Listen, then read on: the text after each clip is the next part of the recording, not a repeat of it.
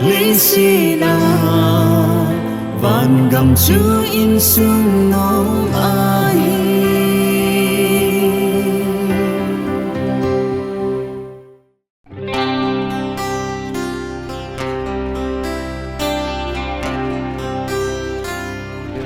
Hepu ipinanabol ham.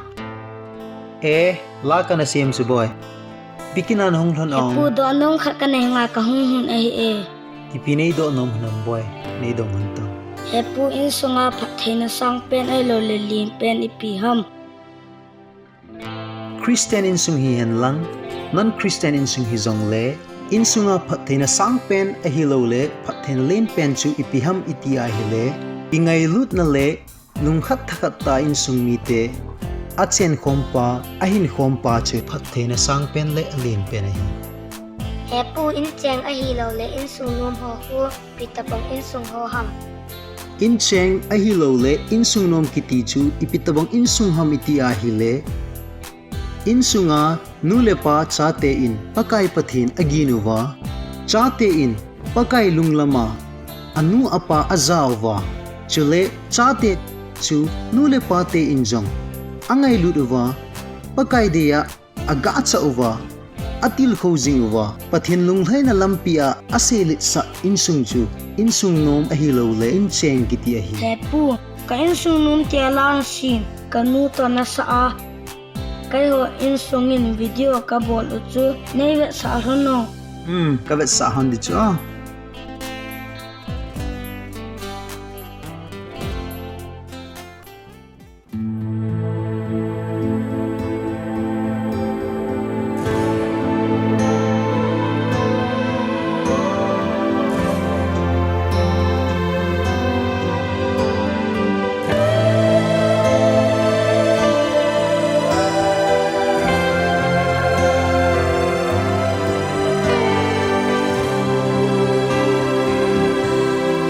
Lý sĩ na van gam chu in sung nom ai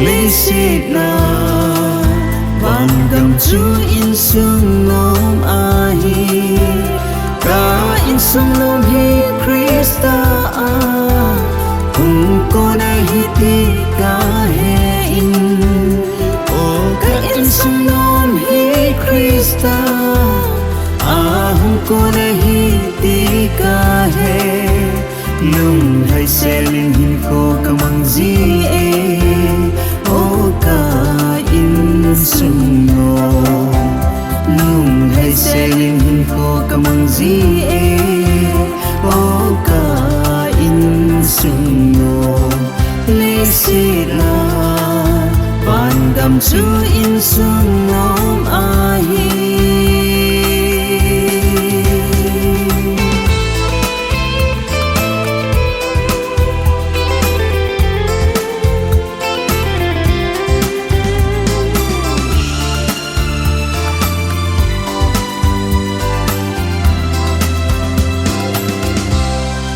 sana đang cả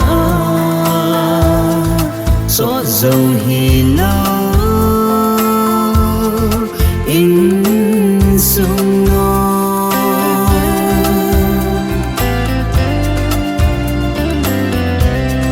chỉ na thế na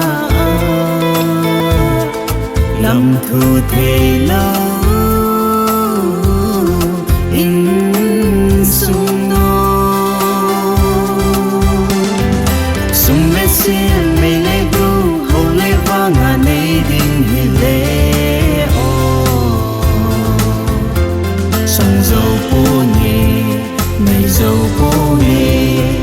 dâu cô nhẹ Ka-Insungnom lý sĩ van gam chu insungnom ahi